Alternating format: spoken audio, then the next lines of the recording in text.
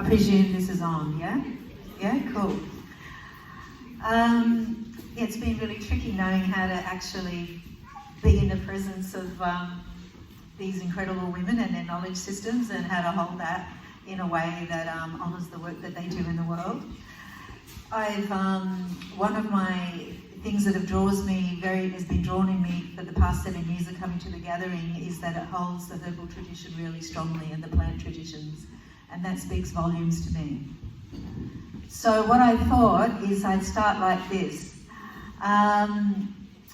Years ago I read the Red Tent book, and many have, I know, but I was really struck by something that the women, the nomadic women, would sew into the hems of their dresses and their skirts, the herbs and the seeds and whatever it was, and their medicines that they wanted to take to their next camp.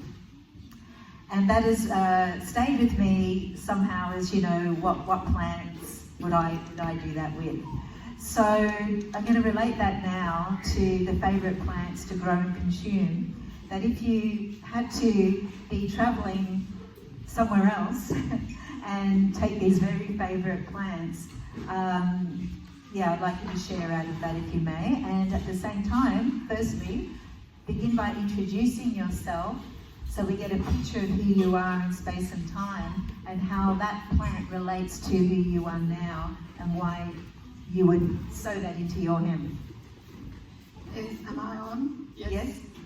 Okay, I'm Sally. A lot of you know me. I'm a herbalist. And so I would definitely sow Tulsi with me, or take it with me. I would have her seeds, her flowers with me from work that I did with plant spirit initiation with Kay Montgomery some years ago. And I bought my first Tulsi plant in advance of that. And that Tulsi plant has many, many grandchildren growing in many areas. Beth's putting her hand up. So Zara, and I think Jane has one as well. Many of my patients have one. My garden is a small suburban garden, not far from the main road, so I don't grow I don't grow any veggies for consumption. But nearly all my whole front fence is Tulsi. The Tulsi that's down in the Tulsi tent. It's from one of my plants, and I love Tulsi because I could go and talk to her. Do I keep talking about that? Yeah, she tell us about the properties that you admire. One of the key things about Tulsi that I love is that she grows so beautifully for me, and I'm not the best green thumb, even though I'm a herbalist, and she is always covered with thousands of bees. In a garden around the corner from where I live is a massive wild hive, so it's European bees, but it's a wild hive, and it is that sort of size now. It's massive, and the guy whose garden it is has been very happy to respect that and leave it there. And I kept on wondering where all the bees that come to my place go, and that's where I live. People have really boring gardens with mariah hedges that they have their landscape gardeners trimming all the time. The dandelion bears pops its head up, it probably gets zapped with glyphosates and things like that. So my wild Tulsi with all the bees that attracts lights me up every time. And dandelion as well. That's another story. They're two favourites of mine too. Would you put the Tulsi is like the sacred basil, isn't it? Yeah. Indian holy basil. Indian holy basil. And I call it Tulsi because when I had bought my first plant, went back into the shop to ask the woman what sort of Tulsi it was. And it was an Indian grocery shop, and I asked about the Tulsi, and she looked at me. I asked about Tulsi. She's looking at me with great disdain. Tulsi, Tulsi, Tulsi. Oh, you mean Tulsi. So from that day forward, she's Tulsi to me.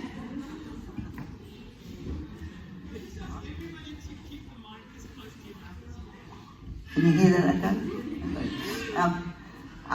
Geez, I love so many herbs. I probably think that Carbonesia would be a very important one for me to carry.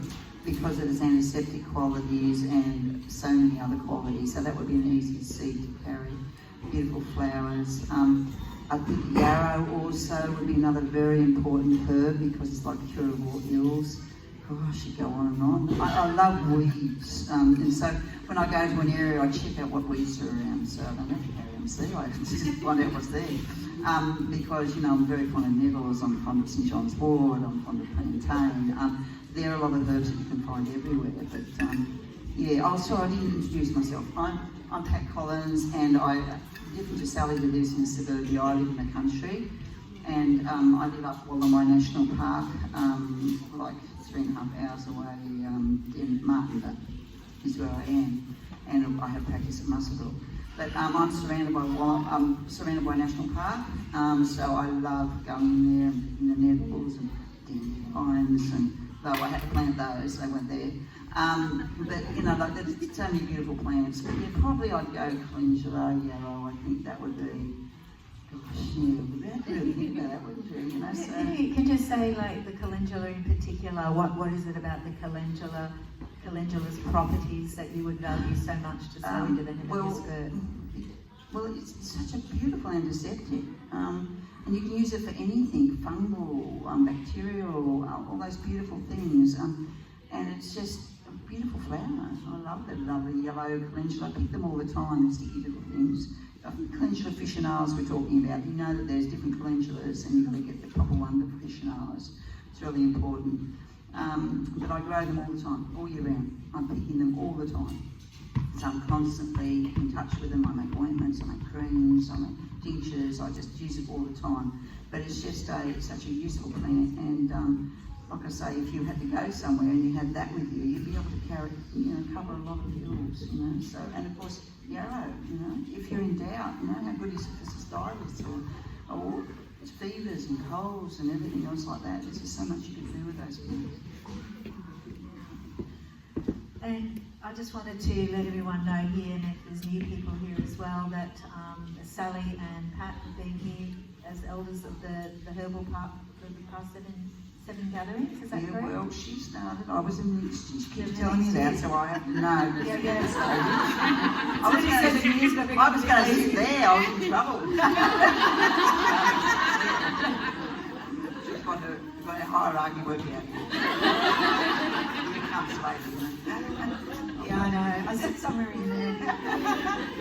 So the reason I mention that is because we're going to pass on to the next two women here, who are individuals in their own right, but there's like a different generation emerging too, which gives voice in another way as well to the plants. And in my sort of naivety, I would be imagining, the herbal path. It's the path.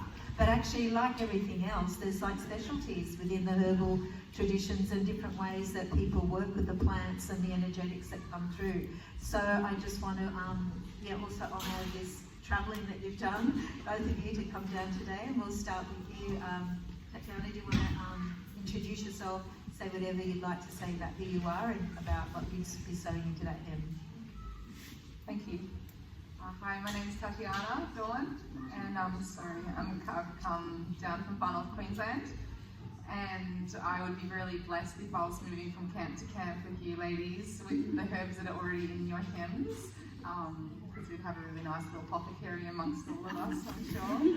I think that the first herb that I would put in my hem that I would sew into my hem would be plantain.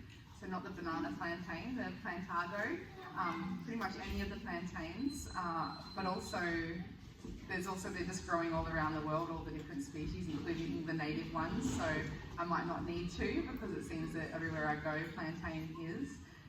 But I would definitely, it's something that I don't leave home without anyway. I might have to get into this whole hem sewing thing. I quite like the idea of it. But plantain's just like in our family, our absolute go-to herb for so many things, especially for the kids. It's just the first one that we're all reaching for wounds and bites and grazes and just random eruptions or rashes that we don't know what it is. Just put plantain on it and sort it out. Sore throats, anything respiratory, digestive, just any membrane. It's just like so good. It's just, yeah, our go-to for so many things, whether it's diarrhea or constipation, just whether it's a dry issue or a wet issue. It's just such a balancing, beautiful herb for lots of different situations. So that would definitely be my first herb. And then my second herb would be my best friend Motherwort, which a bunch of you were at the workshop yesterday and know that I could talk about her forever. But I think just having her on hand for issues of many different things, but for women's menstrual moon, menarche, menopause, birthing, postpartum, really supportive through a lot of different phases, and supportive for the heart, and supportive just energetically for anxiety, for mental health, just anything too highly strung, overwhelmed, stress, grief, lots of different, the kind of a lot of the energetic spectrums Motherwort can help with. So I have a bottle of her right next to me. I just always have her now in the hem of my dress and sport. So those would be my two herbs that I would choose. Yeah, thank you for asking. Yeah, I'm getting Motherwort. Cover all of those things. Yeah. Thank you. Thank you. Good morning, everyone. My name is Stephanie Hazel. I've come down from the small town of Yukai in Northern Rivers. I feel very honoured to be sitting on this panel actually with such beautiful elders of the herbal community and my wonderful friend and colleague, Twiggy. She gets to sit there because she's 2 days older than me. So just making sure the hierarchy is maintained. We had to work that out. We're like, wait, what? We knew we were the same month and the same star sign, the same year. We had to work out, like, what number are you? Okay, she's 27th of August, I'm 29. 29th of August, different year. A lot of time to get down to the hour, So I'm a herbalist, and I also teach herbalism. I've been leaning into teaching kind of animist herbalism and really connecting with the deeper spiritual practice of what it means to be in relationship with plants. So that's where my exploration has been in the last while. And I'd have to say, like, I kind of want all the plants as well, but if I had to choose one, it might be mugwort. And I think that mugwort is a very complex plant that has this really deep women's medicine properties, period pain and childbirth. Also is an amazing liver herb that supports the way that the liver can, when the liver's stagnant, it can affect our hormones. I think that's a really important aspect of its work, and it's a beautiful aromatic digestive. So for, even though we probably go towards wormwood, its cousin for that, more classically, the mugwort can also be really similar in its actions for kind of indigestion or feeling like you don't quite have the digestive strength to move the food through. But really the reason I choose mugwort is because I feel like it's a plant I have a relationship with and kind of have the right to carry in my hem and spread around, and for me that's really important. As a herb that connects with the dreaming self, where that's actually dreaming. I think it's the first plant when I was maybe 20.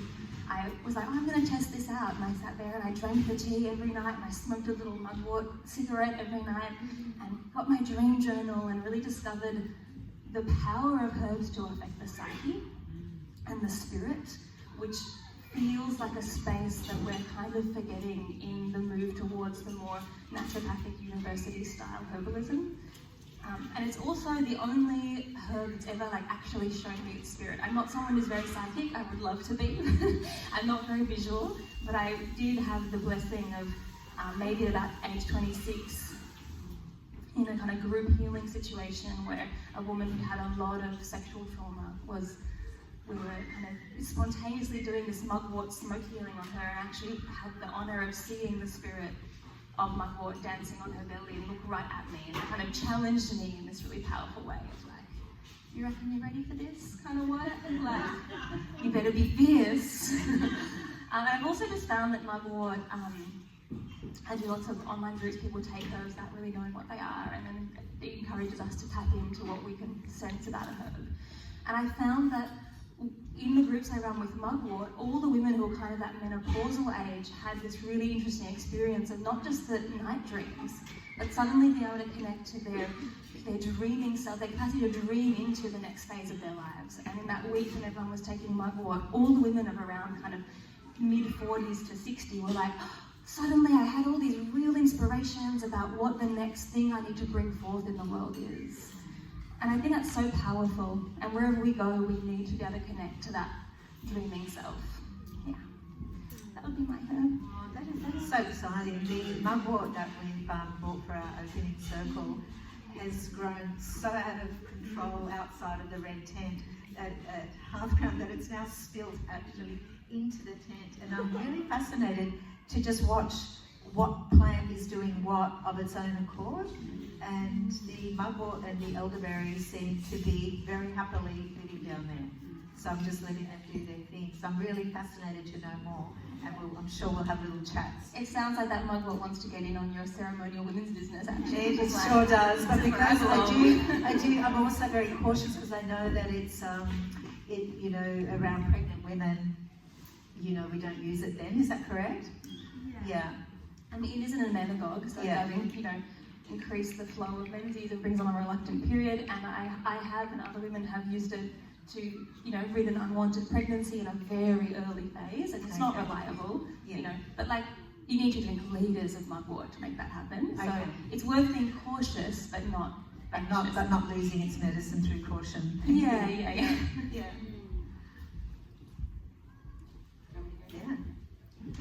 Okay, I'm Sam. I am not a herbalist. I'm a permaculturalist and a foodie. I guess they're my two big labels. Plants that I would sow into I love this question here. It's beautiful, beautiful story behind it. And what I would sow into my hem would definitely be calendula as well, for different reasons. Like I like using it in my food. It makes any salad more vibrant, in my opinion. Add some calendula petals in there and people go, wow! And I love that. I love that reaction. People getting excited by the food that I'm serving them. It's great. And then getting to teach them that they can use this flower that grows really easily. It's so resilient and grows so easily in most gardens and many regions around this country. And it's great for your body as well, of course. But I tend to not go into those things because I don't have all the information behind me, so I just go into it's great in food. And I'd have to add zucchini in there as well, because it's quick to give you food and gives you abundant food, and it's such a giving plant. And I'd also go for kangaroo grass, one of the native perennial grasses here. So I've had the absolute pleasure of living with land and living with kangaroo grass for a while. And like the impact that perennial grasses can have in a landscape and what their roots do in the soil and how much carbon sequestration they can do, and just living with kangaroo grass is amazing. It's not something that I personally consume a lot of, and I don't actually like that word being in the title of this panel. Twiggy and I were having a conversation about that before. Personally, I prefer more the reciprocal relationship with plants and with land and with people and everything, and so that idea that it's a one-way relationship, that we're taking, we're consuming, I like us to, and I think we all do, and many of us here do, I like us to step into a more cyclical relationship. So even if it is, we're taking the calendula flower and using the petals in whatever, so we're being thankful for that, and we're remembering to give thanks to that plant for what she's offering us. Thanks, Sam. I'm just listening to what you're saying about being in that place. One of the things I highlighted here in the notes is that Sam draws upon nearly a decade spent deeply embedded in one place. And there's something in that too, where we've just been speaking about the nomadic aspect and what we would take, but when you're deeply embedded in one place, that means that you enter deeply into the intelligence of place and have that observation and can enter into that reciprocal, have time to enter into that reciprocal field, which is a lot of wisdom that wants to come through. Yeah. What I'm picking up too is, I think I'll weave it in here. I was sort of going to go a little bit everywhere, but yesterday when we opened in the opening circle, the four maidens came out as the representation of the four streams of the gathering. And I feel that the four streams of the gathering, the holistic, the women's mysteries, the herbal, and the community aspect, I see them all echoed and woven into this panel and what you have to offer. All of you have your communities, you're bringing these holistic ways of thinking and being. And also I feel somebody spoke of the menstrual balance. Was it you? Yes, then that weaves in that women's mystery aspect. And then speaking about that deep connection to the more the mystical quality of the plants, and with that comes ceremony. So that's why I love the herbal tradition, you know, so much. And there's the educating and the teacher part too, which actually came into the opening from the west direction. And what I'm loving about the gardening aspect and being on land is the way that we can take cuttings from each other and create these generational gardens and the planting of seeds that have been gifted to us by our elders. So when I'm hearing it, calendula has been mentioned a few times. I've been planting calendula seeds from Minmaya, and they're now in their next and third and fourth generation. So it's the building up of something old, but something new in these times that we don't lose the thread of. So my next question, I'll start something like this. I've got a few words that I wrote, and we'll talk out of it. I sort of was feeling that humans, as it being the intermediaries between the world of nature and the world of humans, and bringing health and wholeness and holiness to community. Yeah, and I hope I can cover all of you in this one. And as a conduit of this intelligence of the earth, can you share a key message or a learning that comes out of your relationship with the earth, and how, you know, for something that can activate change in our human world? Does that make sense? Like out of your relationship with the plants and that beautiful, because the plants are the link to the intelligence of the planet. What message or learning has come through out of that relationship that you can gift and share with everyone here?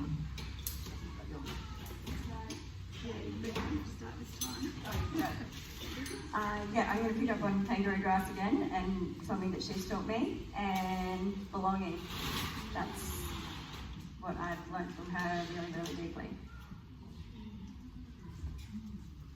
I'm really inspired to learn more about kangaroo grass and pick you up later. It's such a good question, and it's one that I think we don't actually think about enough. You know, there is such a tendency to think about the way that plants can serve us in their physical properties, and to think about plants as teachers, which, you know, I did one of the pre-conference sessions we did as plants as teachers, really flips that relationship and that hierarchy on its head in a powerful way. So thank you. For me, I think the plants are the biggest teacher of relationship and right relationship.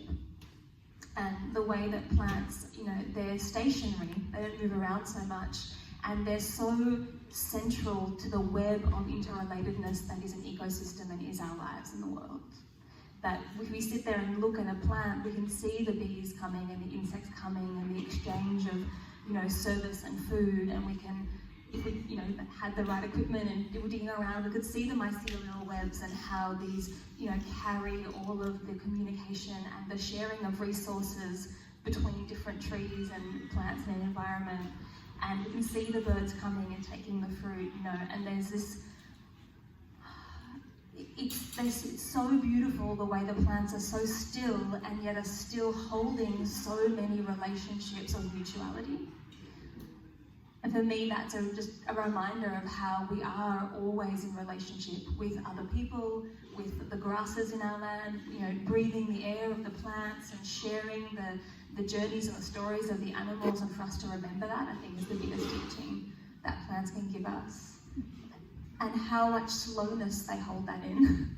You know, there's no rush. We don't have to run around like crazy beings trying to get all the things done in a rush. Like, we just need to be still and hold our relationships with tenderness and awareness, and then earth balances.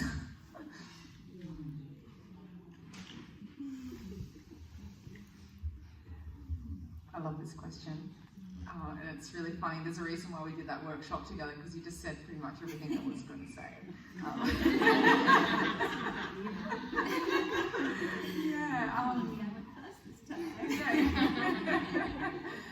Yeah, wow. So, I feel like plants are like my biggest role models.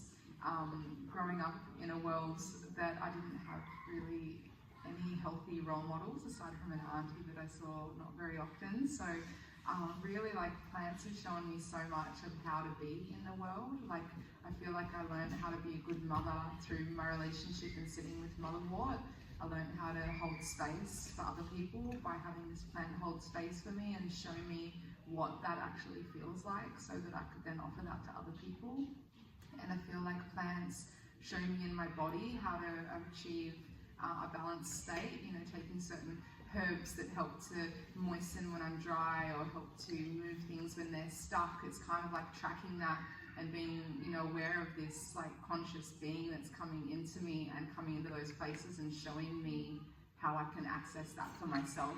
And, working with the teacher plants and working with something like white sage, growing white sage and burning white sage, and then being able to call upon that teacher or call upon that plant, and being able to just like invoke that or know how to use that protectiveness and that cleansing for myself. So thank you, Sage, for teaching me how to do that for myself. And and that reciprocal, that reciprocal relationship is so important. And I feel like plants themselves have taught me about reciprocity, just like through observing, like you say, how in nature, how nothing functions as a single entity, like everything is working together in balance, and nature wants to be in balance. And when there's like a disruption and a big tree falls down, sometimes everything's clamoring in to try to grow, and it seems like chaos, and it seems like weeds, and it seems like things are being aggressive, but no, everything's just refining its place to come back into a beautiful balance. And that's kind of like where we're at as a species on the planet. There's just been all this chaos, and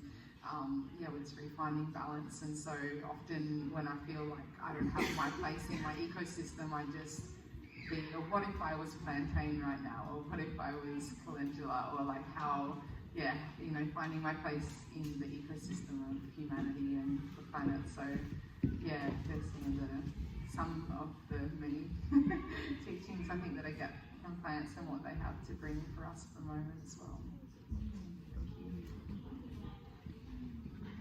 I did the workshop yesterday with these people, and they're amazing. So it was really, I've been doing this a long time, like Sal, but you never stop learning. It's just so good just to really focus on one plant. Look, the big thing that I do, and I try and do because I've loved plants for a very long time, I was brought up on the land, is that I love sharing it. And I love other people to learn to be down to earth and get back to knowing what the plants are and how to use them. And by that they learn, they grow with them. And you can't learn a lot about a plant until you grow it. You learn so much more when you actually plant those calendula seeds and see them grow and pick them and make them into something. And I just love I call my books In Touch with the Earth. I think that's what we need to do. We've moved away so much. We're up in the head somewhere up there somewhere. So we need to get back down to the earth, and the earth will teach us and help us and make us well and everything else. You hear the Aboriginal people talking, going back to the land and how it connects them, and it's just so important, so much we can give. Can you repeat the question, please? It's a very big question. I'll give it my best shot.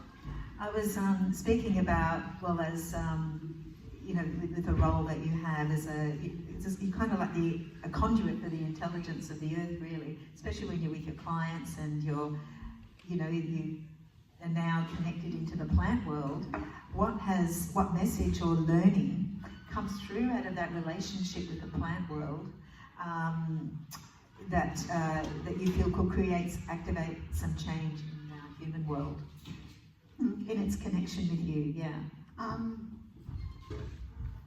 If before I answer that, I'll say I often talk to people about having one big takeaway. If you come to a talk and you have one big takeaway, I'd like to have Sammy reminded me of it, is that when you are in that reciprocal relationship with plants, if you are seeing a herbalist or you are consulting with somebody and they give you a bottle of herbs or plants, that you're not taking them, that you remind yourself with every dose that you're taking, you're not actually taking it, you're receiving it.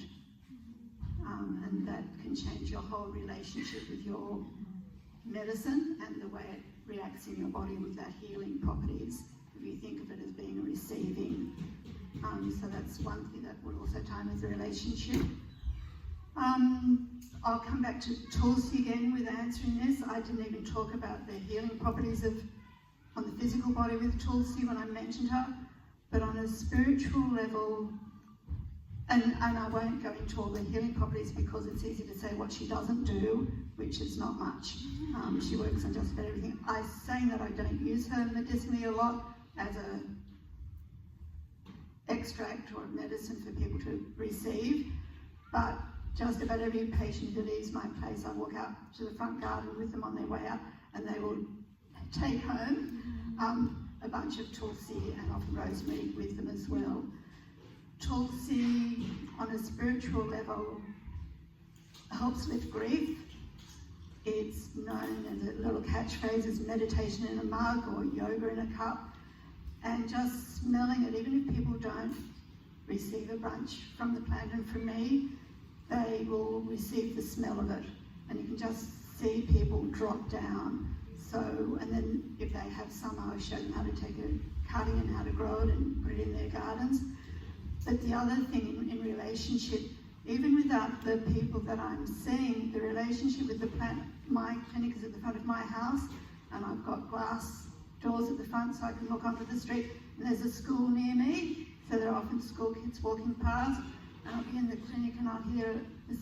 One day there was this family, all the adults were walking on in front of this little boy and stopped. Oh, Mum, did you see all the bees? And he just stood there for ages watching, and then he brought the adults back. And I see that more and more times, people stopping to smell them, because the smell on a warm day just permeates the whole couple of houses around me. So people stop and smell and work out where it's coming from, and they stop and they look at the bees, because it really is, even on a grey day, it's just buzzing. And before I had the Tulsi, I'd go for a walk around the neighbourhood, and I was sad because it was almost breaking my heart. I could hardly see a bee in the area. You know how important bees are. So to me, that relationship, my relationship with Tulsi extends out through my patients, but also through the people that are part of the neighbourhood who walk past. Wow, I'm just picking up so much threads in all of this, and which one to choose first. I think I really resonate with the Tulsi and the fact that people smell it. And I know, I believe what was sewn into the hems of my people from remote village in Greece coming to Australia was the sacred basil that they brought with them, and that was in all the olive oil tins outside. You probably would have seen some people like that with their lovely basilico, we call it. And when I went to Greece, and actually here as well in the old days in Marrickville, when your guest left, you always cut a little bit, and I would always remember the little child watching the guest sniff, and then put it in their pocket, and then off they go, and that stayed with me. So I haven't lived anywhere without one. Actually, that reminds me, my mum's 103 and she's in a nursing home now, but a lot of the nursing homes, there's one particular guy who's really, really beautiful, who's I think one of the cleaners, and he's Fijian Indian, and I often take Mum a bunch of the holy basil from my garden, and he just, oh, this is from my home country, and he gets, I say take some, he rubs it all in his face and pops it in his pocket, and I must get a cutting for him next time. I had some and then somebody else took them. And it so generously grows, doesn't it? So generously grows from a cutting. And I just wanted to encapsulate just for a moment that you're speaking about the bees and then coming to your Tulsi plant. And in the Wiradjuri women's law tradition that I've been learning in, the B is the symbol for community and the bringing together of community, because as we know, that's what the bees do. They create these beautiful communities. So, well done. There was at Croydon, the Concord West, there's a little hive happening there. Another thing I wanted to pick up, and I know, Sam, when you spoke just now, you had one word, and that word was belonging. And I think that is a really key word, is belonging. Because we haven't done our, as a collective society on colonised lands, there's this sort of edge experience, never feeling like one quite belongs. But we all belong to the earth. Let's not forget that. And that, and through that belonging, well, we need to do our protocols of respect. That's very important. But then we need to keep moving in that belonging and create new stories, because the belonging then gives you the ability to see and to feel and experience past all of the old stories. We can start, instead of being paralysed there, that we can learn more. The plants can communicate to us. We can forage for them. We can share out of them. We can grow food, and I know we have also in ancient Greek, mythology, is that the first fruits go to the spirit of the land, and we do that. We do that constantly. There's no way I can take a mandarin off a tree now and just go, oh, oops, we'd like some. And I go and, and I do offer that up. And that creates that beautiful reciprocity. That's become like the word of the moment. But it's forming that right relationship, so all of this magic can come through. So what I'm going to do now is a key word that came through also out of this, what time is it now, is with knowledge comes responsibility. Yeah. So I wanted to maybe just land that with you all, because I'm not sure how much time that we have left. But I also want half an hour. Okay, good. So if it feels right for you to speak out of that, with that knowledge comes responsibility. Like what? How does that land in you? Yeah. Okay, with me very much coming into eldering, being in the front of the row, there's that responsibility to pass on the knowledge that I have gained. I haven't been in practice as long as Pat, even though she's so much younger than me. I don't often get to talk about age, so it's fun. When you're in review year, who gives you that responsibility or the respect about age. I'd never come across that until I met Yia Alias 7 years ago. But that role of sharing that knowledge, my herbal teacher was Dorothy Hall, and nobody was teaching her work. So after the first Wise Women gathering, where I spoke, and I was scared shitless, and my heart was doing this, and I had people who asked me afterwards, was anybody teaching her work? And I'd had that experience before, so I now teach Dorothy's work, and to me that's a responsibility, because it's been passed on to me, and I feel that responsibility to keep her work alive, because it is so important, particularly as herbal education is becoming so the heart and soul has been taken out of it, the art of it has been lost. Herbal medicine is not just a list of active constituents of the herbs and this herb for that condition. Herbs are living, spiritual beings that can give us so much more than, rosemary for remembrance or echinacea for immune things. There's so much more to them to that. So Dorothy's work went beyond that, and so I feel a responsibility to keep her work alive. And it's good because it completely takes my ego out of it, because it's not my work that I'm passing on. So there's that knowledge, but it's not my knowledge. So I find that helps me move beyond that introverted self who would stay hidden in her clinic, where I do pass on knowledge, but in little small ways. It helps me take the knowledge to a bigger community. That conduit again. Yeah. And yeah, all thanks to Wise Women Gathering. Yes. Absolutely.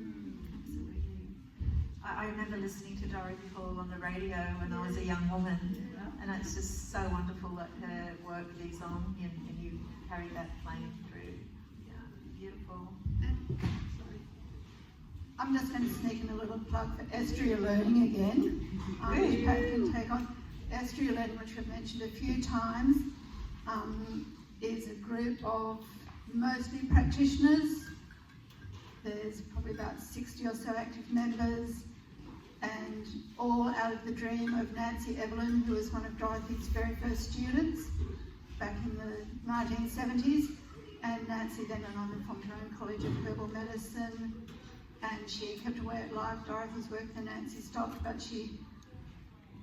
in 2018, she met with some of her past students, and they decided to form this group called Estria Learning because of that, what was happening with herbal education in universities and how herbs were being taught. And there was this real strong desire for what Nancy calls earth medicine, natural earth medicine, be kept alive until earth medicine encompasses herbal medicine and energetic healing and a whole range of practices. And the concept is that every clinic is a classroom, so knowledge is kept alive, and that mentoring is really strong. So Nancy talks about, taking another practitioner under your wing or something. Second Pat would be doing it to me because she did this. So Estria Learning is a really beautiful conduit for knowledge and for keeping alive the old ways. That was just so. I'm so glad that you brought that through. Very important for everyone to know. And I've never come across a group, apart from in here, that is so completely ego-free. People will share their knowledge so generously. As a practitioner for about 22 years, in some groups I would be scared to ask a question because I would feel that I was being judged for, she's been in practice for all these years, she should know that. In Estria, I don't give a shit. It doesn't matter because people are not judging me. They will share their knowledge and their experience, and whether it's a kinesiologist or another herbalist or a nutritionist, an energy worker, people will just share their input. And it's just amazing, the education and sharing and generosity and support for each other in there. So if anybody wants to talk to any of us, put out your hand up if you're in Estria. Look who walks amongst us. So please talk to any of us if you're interested. And so not for profit. It's totally run by volunteers. EL does keep you very busy, and there's always this information coming through, and Sally's always writing things in there. There's Sally again. Responsibility. I've always felt, when people ask me, are you going to retire or whatever, I thought, gosh, no, what do I retire for? I've got so much to give, and I'm hungry. All this information that you learn through the years. I was taught the old way, which was actually correspondence schools. You can't learn that way anymore. You've got to spend big bucks if you want to become a herbalist or a naturopath now. You got a correspondence course though. Well, yeah, this is a home one that doesn't give the qualifications. My responsibility is to help people and get information out there. And I love workshops. I run workshops all the time. I'm constantly doing those because it's the way of bringing people into it. You've got to get people to see outside their square, and they love it. They absolutely love it. And they love learning. And I think we've all got that responsibility to pass on our knowledge, all of you. You must all have a lot of knowledge there to pass on. And of course, we love the land and we love our plants and passing on any information, seeds like calendula seeds. Wow, I thought everybody grown calendulas because they're such a beautiful plant and easy ones to grow, like Sam was saying here before. But I think we've all got that responsibility. And I've seen the pictures, Pat, of some of your workshops, and there'll be people of all ages at them making ointments. And the fact that you can attend a workshop and go home with something that you've created, it's so satisfying, isn't it? So lovely. I love practical. Yeah, and that practical element and making it accessible to people as well. And I'm blown away by your stall, by the way. That the generosity is just pouring out with all these products that you thought of, just about every single thing that ails us, you know. Thank you so much. Yeah. Yeah, I went to Pat's wonderful workshop yesterday and got to take home the beautiful elixir that we made there. Yeah, it's so nice. Yeah, well, thank you for this pondering for this question, because yeah, with knowledge comes responsibility. It's got to be one of my most said sayings. It's from your, Oh. it's from my research.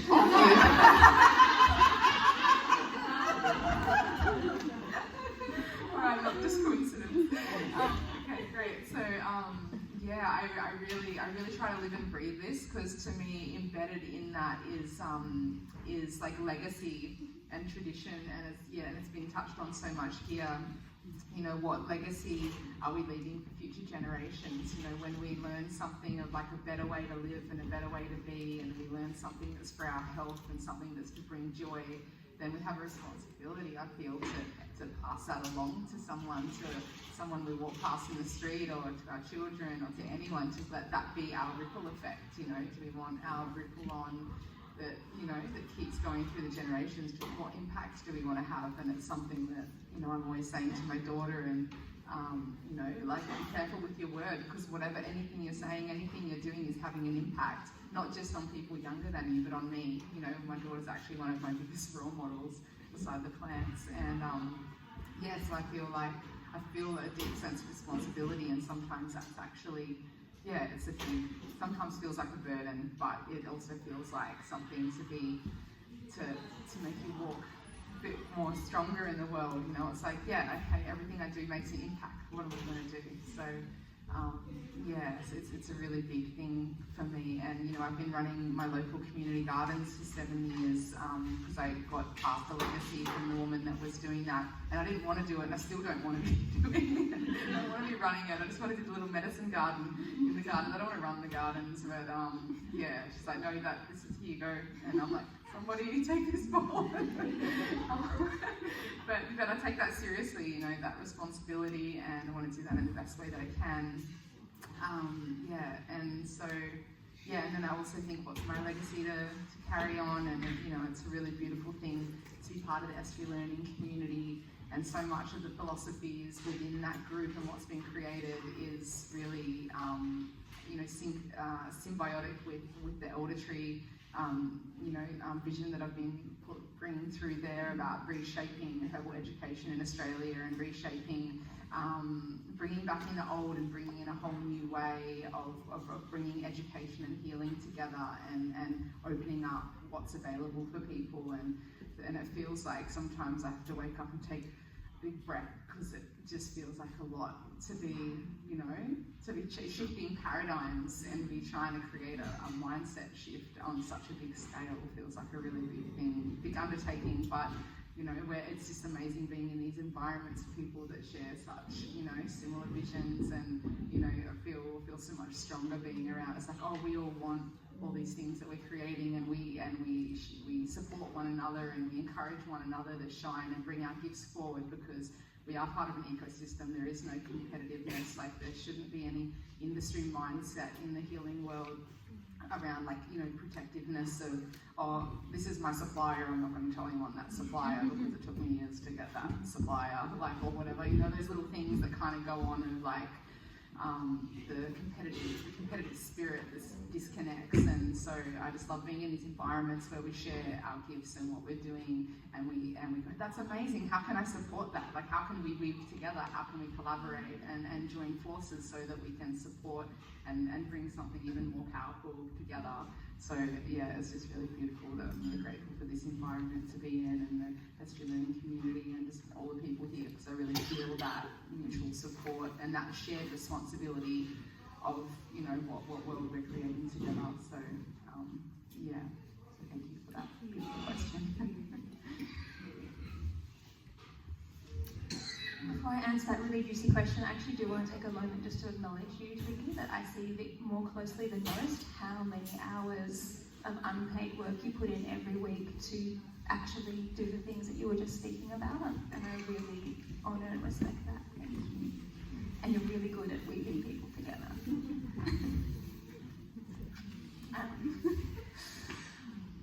So this question is amazing. I'm going to take it on a slightly different tangent. I think that as a plant walker, and I use that term because not everyone who is a plant walker is a herbalist or a naturopath. And if you're a plant walker, you know that you're a plant walker because the plants have spoken to you. As a plant walker, I actually think we have a moral responsibility to reweave the philosophical story that we're carrying in our culture. And there's a story that is becoming ever more overlaid into the herbal tradition and herbal practice in Australia of a mechanical universe where the body is a machine and every part works independently. You can cut them out and remove them. That, you know, plants and humans and the amazing collaborative unfolding that we call life is predictable and driven by DNA competition and chemical molecules. And we know that story isn't true. And inside the path of herbalism or plant walking is a much more rich and beautiful story that brings us back into a connected space of togetherness and right relationship with land. And it's a mystic story. There's a mystic path of the herbalist and the plant walker that encourages us to remember the aliveness of the world, remember the ensouled and inspirited nature of all of us, all of the plants and every phenomenon. And so I believe that we have a responsibility to be actively reworking that story in the ways that we can in the environments that we feel, you know. And when we take on, especially as younger herbalists who have been university trained with like so many hours of pretty poor science, there's some really amazing science out there, we don't really get taught that, as the story for how life works and how healing works, we have a responsibility to actively change that.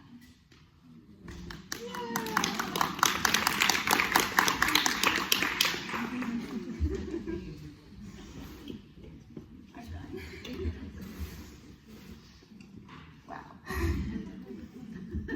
Get on from that. That's it. Got the autograph book there.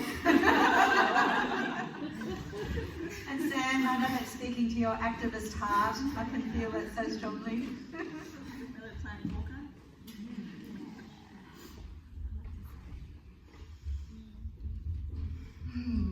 Yeah, I'm not sure what to say here. Responsibility. Who here has ever climbed a tree? Or hugged a tree? Or sat with a tree? Have you felt like you're with kin? Yeah, they're our family. Yeah.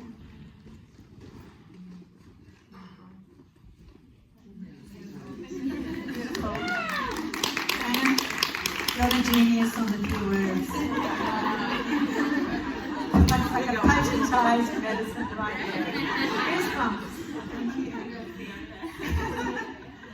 And yeah, while I'm listening about this responsibility aspect and, you know, the weaving of the collective group here, I'm starting to see that when we tap into, it taps us, the energetic field, the beautiful intelligence, that soul intelligence. What can often happen is that we have a lot of fear to show up and to presence ourselves in the world in this way, and it can be really scary because we don't see it out there to have role models for it, and it's so good that we have these beautiful role models here today to create that path forward to allow us to connect into the beauty of that intelligence that it will speak through us. That's just what happens. But we have so much wounding from living in this type of a culture that our small self often kicks in, you know, and we can't be the conduit, you know. So what I just thought, in line of the plants and your experience, if it's not plants, it could be food, what would be maybe a plant? So, well, could you just give maybe a plant to help, or just one or two words that could support those that are sitting on the beautiful medicine that they have to share, but you know, are holding on and can't quite get there yet. I know you're sitting on your is it motherwort? But we'll start here with Sally. And I'll sit here. Yes, one word, one plant. Yes. Yeah, Tulsi, holy basil. Okay. Holy basil. Holy basil. Was it to get one plant to support? To support the voices to come through, so women can actually activate that in themselves. You know, to activate that. So a herb to activate your voice, I will go with thyme.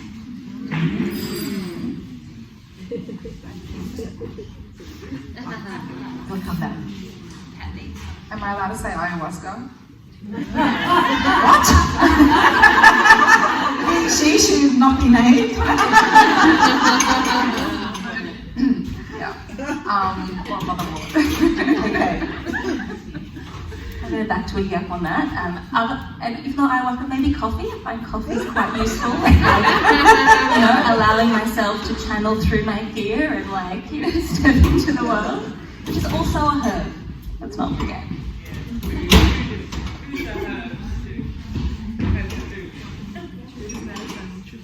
Yeah, I'm just going for a big pot and a big spoon. Yeah. So nourish women sharing. Yeah. Food. Yeah. Community. Yeah, the sharing I'm getting from that. Jesus is so hard. Okay, so someone's just come up to you and they've got this little dream, but they've got a few little wounds and they've got this power. You recognise this beauty in them, and that you need to, you know, express it into the world. What would you do without thinking? I'd probably go ashwagandha. Ah, okay. With Thania. I grow it, it's a weed. Comes up all over my property as a weed. And it's just amazing. The smell, the pumpkins, it's calm, it picks you up. It's beautiful. Beautiful. So there's a starting point there for the encouragement, to bring our courage to the fore, because we all have it within us, you know. Thank you, everybody. Thank you for all the magic, and I'm really aware that there's so much wisdom and beauty and extraordinary more forever, but hopefully we've captured the essence of these gorgeous women, and you know, you can go and sit next to them at lunch and in break time and yeah, just ask more questions and connect more. Thank you. Thank you.